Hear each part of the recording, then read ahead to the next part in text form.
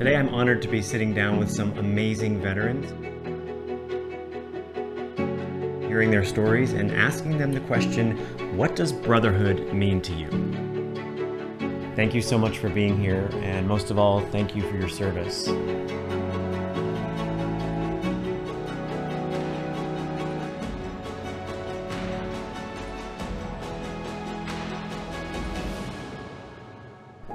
I am Skip. I'm Ed. I retired as a major. I am David. I am Eric. I'm Rich. And we are soldiers.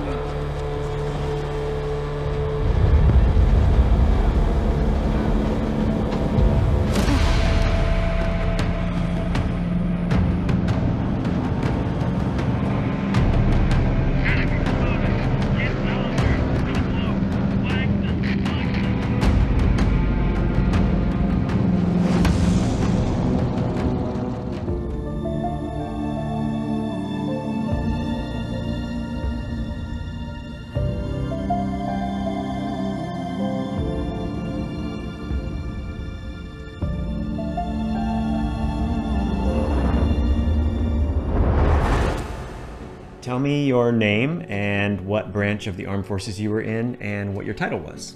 Skip and Specialist 4th Class, same as a sergeant, E4. I was in the Army. I retired as a major. I spent a little bit of time in one other branch of service, but the vast majority of my time was in the Army.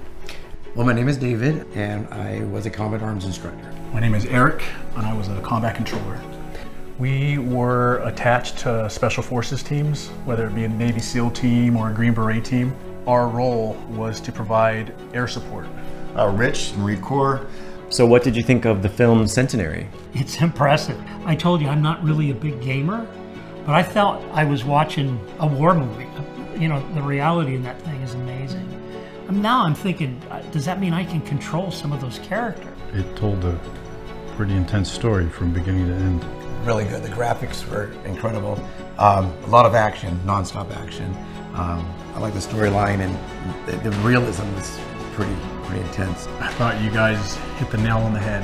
An emotional roller coaster. It was a beautiful soundtrack. It was a beautiful concept. I want to see this as a full-fledged movie. I think you guys got everything right with this. A few moments in there that brought me back to war. Flare going up, and those moments where you're going into an alley, you're just accepting death, and you're going to die with your brother, so it's not a bad way to go. It was a very beautiful depiction of brotherhood and war. Well, intense. And it was very realistic, and moments happened. During your years in the service, did you make any connections, any friendships that you consider to be now brothers or sisters? Can you share any specific stories of moments you had with these co-servicemen or women that made you feel bonded, made you feel like brotherhood, made you feel like more than just regular friends? Like, There's so many. I actually took 5 or 6 buddies to my house one time on the weekend because we had leave. So we're coming back, and one of the things about Scott is he couldn't go too far without having to have a bathroom. Okay, we'll just leave it at that. So we're heading back to San Francisco in one car. We're all jammed into this car. I guess there's 5 of us together. And Scott starts in. You got to pull over. You got to pull over. You got to pull over. And so it was like, wait, there's nowhere to go here. Just pull over. And it was like, Scott, come on. So we pull over, and he goes, jumps out of the car, and he goes running towards this hedge, you know, so he can get out of sight, whatever. He flies over this hedge, and we hear this, ah! So we all jump out. What happened? We look over. Well, on the other side of this hedge is a ditch that's like 5 feet deep. So he went over the hedge and then dropped about 15 feet on the other side of this hedge. We never let him forget about this. We're never stopping for you again. And he was just like, the reason he got out of the car was forgotten because he was so banged up from falling in this ditch. But this was Scott. And his thing whenever we heard this, it was Scott came to mind. His favorite saying was, "I don't even believe you did that." And so it was always, "I don't even believe I did that. I don't even believe I did that." But that was his thing, is "I don't even believe it." And to this day, any of those buddies that we call up and we say, "So I don't even, oh yeah, Scott." We all miss Scott. They know what you're talking about. Yeah. Tom was a guy I worked with for a while, actually for a long while. And it's not like we were friends. In fact, I wouldn't say we were friends at all. We were, you know, it was a love-hate thing. You know, sometimes we got along and we went out and did things, and sometimes we didn't, and we got on each other's nerves. Maybe you know somebody like that. And you don't get a choice, do you? No, you don't get a choice. But we were in one assignment. When I first met Tom, we were thrown together in this assignment, and it was very challenging. And there was only a small number of us in this unit, and so we kind of all had to deal with each other. And even though we didn't necessarily always get along, the crucible of that job pushed us together and made us brothers. And even though I'm not in touch with Tom now, and I don't think I ever will be, I know I look back at our experience, our joint experience together, with some fondness. You know, it was a difficult time, but in some ways, Tom kind of represents that crucible of fire to become brothers, because it wasn't like we really liked each other, but we formed a grudging respect because of that adversity that we went through together. Yeah, we were hand-selected to be part of this unit, and we worked really hard. We put a lot of hours in. We didn't really have any scheduled time off. It all depended on the mission, and we were proud of that. I mean, we worked hard, and when we had a chance, we played hard. You probably can understand that too. But it was a challenge, though, because you'd put in long hours, then you'd get a few hours of sleep, and you'd go back and do it again. Well, that led up to when President Reagan visited Korea and the demilitarized zone, and we were tasked as one of the units with presidential security. So it was our job to kind of keep an eye on things going on around him. And it was a pressure cooker. You know, that day it seemed like that day lasted 36 hours or so. But when he got in Marine One and flew away, it was like we knew we'd done something good. We were in another country for an extended period of time, and my stick buddy and I, a very good friend to this day, and this was many years ago, were flying low level, following the terrain in essentially a wilderness environment, and we saw a bear in the field we were flying low over, and well, we chased the bear up a tree, and then we hovered over the tree, and it was nice to be on that end of it instead of the bear chasing us. So yeah, that's just one of those unique moments in time. But for the vast majority of that day, we were doing some pretty intensive flight training, and at nighttime, a lot of intense NVG training. There was a stage of training where one of my best friends, Chad, and I were up for about 4 days. It was a part of our training. It was called Hell Week, where they kept us up for like 4 days. Got a few naps here and there, but there was this point where we were just physically and mentally drained. There was nothing more in our tank. And the task that was being asked of us was to carry these two 50-pound jerry cans filled with water, including our rucksack that we had that was about 35 pounds, our kit that was another 35 pounds, and we most likely had a wet and drenched uniform, and again, we're without sleep, and this instructor's asking us to run what seemed like a quarter mile up this really long hill. So we're getting screamed at, "Go, get up there," and we're looking at each other. We just start laughing, because we know what they're asking of us is not possible. But then here we see the instructor coming down, "Go!" And then something clicks, something just changed. And I think for me, it was having Chad there. Having another person who was going through the exact same thing as me. And we were both at the same point in our lives. We had nothing left, but here we go together. And yeah, we made it happen. It's giving me goosebumps right now, because yeah, it was a task that was asked of us that was, we gave up on ourselves, and then it was like we see each other and we're like, Here we go, man. Here we go. So that's something that sticks in my mind, where when you're at your lowest, it's not so bad when you're with another person who's also at their lowest. I think his name was Mark. It's been 39 years since this happened. It was 1983. You go to jungle training for 4 days and you learn how to survive off the jungle. And at the end of the 4 days, unbeknownst to me, was we had to go and find this base camp for these drug runners who are processing opium. We had to help them with their drug issues. So afterwards, we were given live rounds, which are total lock and load, and our guide took us to the site and said, there it is. And from the air, you would never see this place. It was the bivouac was camouflage. It was like netting. You couldn't, no way you could. Bivouac? Bivouac, yeah. Can you explain that? It was a camping site with netting over top of it with leaves and everything. So it's no way you could see it from above. So you had to go in on foot. So we were there and we went in, and so our guide is yelling in Tagalog to the camp, and all of a sudden we hear yelling back, and they're going back and forth for a little bit, and we're thinking nothing of it, and then all of a sudden he starts shooting at us. And an AK-47 has a very distinct sound, especially when it's pointed at you and being fired. The crack is very, very different than off to the side watching somebody at a firing range. So they start shooting. The sergeant who's in charge of us put us into two-man fire squads. We skirmished out in a fan-like positioning, and we're all the way to the left, Mark and I. And so we're shooting, and little by little, return fire end up ceasing. And so we're informed to advance on the target. So we go into the camp, we go under the netting very slowly, and Mark and I are, we're just 20-year-old kids. We don't know what war is. We trained for it, but we didn't really have any experience. So when we go in, right in front of us is a bloody dead body that we obviously shot. And for us young kids, that was like, oh my God.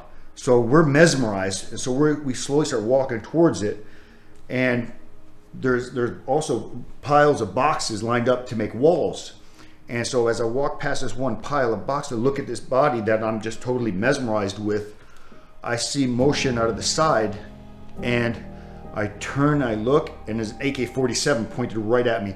And Mark was, since he was there with me, he was the one I would talk to all the time. We'd hang out together, and if it wasn't for him, I probably would have become an alcoholic or a drug addict or something, but he kept me focused. He kept me away from the clubs. He kept, we did fun things together to occupy my mind from the trauma of that incident. So Mark was, I haven't talked to him since then. We lost contact. We went our separate ways, and which is part of the military, but like I said, it's almost been 40 years. So what does the word brotherhood mean to you? I didn't have a brother. Did you have a brother? No. See, I had two sisters. Brotherhood to me is that unique bond, and typically it's brothers, it's guys. I don't think it's exclusive, but certainly having to do with the military and all of that. That brotherhood is a unique thing. I think you have common interests. I think there is adversity involved many times, because when you come through that, there's bonds that grow. I was never in combat, but I know guys that were, because it was Vietnam era for me. And a lot of my friends, some didn't come back at all, but those that did come back, we had a very special bond, but I could see a super bond with the guys that were in combat together. Wow, brotherhood is a special term, because it goes beyond friendship, it goes beyond professional respect, bringing up a group of people who through adversity and challenge brings them to a place they couldn't otherwise be. And I think that's what brotherhood, you boil it down, it's like it's a group of people who are brought together, who are forged through adversity and challenge to be something more than they could possibly be individually. You go through the fire, and on the other end, you're brothers. I look back on the years I served, and I formed some very unique, strong bonds with a core handful of men and a couple of women here and there. There's just no comparing the environment that you find yourself in when you're building those relationships with anything in the civilian world. Nothing compares. I think that's kind of a learned brotherhood where you kind of take people in that you not necessarily have that common core of blood brother. I think it'd be more like someone that a really, really good friend, someone that you can count on to help you in time of need, and you would do the same for them. Kind of like the old saying, "I got your back," kind of a thing, where you're maybe separated from your family by miles, but you feel like a secondary family unit without excluding that actual blood brotherhood that you have as well. It's like kind of a dual universe kind of a thing, I think. Brotherhood holds an incredible amount of weight in my heart. Brotherhood means never abandoning, never judging, and always having that open mind and open heart and accepting, whether it's a woman or a man, accepting their love and cherishing their life almost more than yours, and knowing that they're doing the same, vice versa. That's probably what brotherhood means to me. That's just something that weighs on my mind a lot in a positive way. Brotherhood is very important. It is someone who is very special, someone has your back, someone you can lean on, someone who's there with you that you can trust, someone who is like, no matter what you go through, they're going through it with you. They're the same. You both relate together, and you can lean on each other to get through whatever it is you have to get through. And that's brotherhood to me. So if your brother was here in front of you right now, and you could just say one thing to him, what would you say? There was a particular Rocky Mountain beer, I won't say the label, but a very famous beer. Back then, you couldn't get that beer anywhere east of the Mississippi. That was his beer. When he came out to California, oh my gosh, he was never without one of those, the Rocky Mountain one. And I would say to him now, because he passed about 15 years ago, was, I got your beer. But the other, so sorry that he's gone. I think I'd probably just say, miss you. Chad, I love you so much, more than you'll ever know. You've been there with me for my highs, and you've been there with me for my lows. You were there for me when I was surrounded by people and when I was alone. I've always felt safe talking with you, and you've always been supportive, more than a brother. It's like, brother doesn't do it justice, man. You've saved my life in more ways than you'll ever know, and I love you. Well, once I could start talking again after the crying, I would I'd tell him, dude, thank you so much for, just being there and being who you are, and and being that shoulder to lean on, and the effort he made to distract my mind. I would just thank him and tell him I love him so much, and that how much it means to me, that I'll never ever forget. So. Have you ever heard of the mobile game Warpath before? I have heard of Warpath. I have to admit I've never played Warpath. My son plays Warpath. He plays a number of those styles of games. He's got a brotherhood of friends that he has spent, he's 30 years old now, and he knew these guys, 4 or 5 other kids that all grew up in our neighborhood, and he's still super close to every one of them. And they play games online, and they're teammates, if you will, and they're part of their own brotherhood, and it's super strong. It's amazing to now see these kids saying, "You're playing the heck yeah!" It's so much fun, and it keeps us together. One's out in Colorado, one's out in New Jersey. A couple of them are in Northern California. I have heard of Warpath, and I've seen it, but and I am a games guy. But I have not played it, and I look forward to learning more about it and checking it out. Having still not seen the game. Yeah, I think so, but I'm not sure about any of it. My son's a pro gamer, so he knows all the games. So I think I have heard it through him.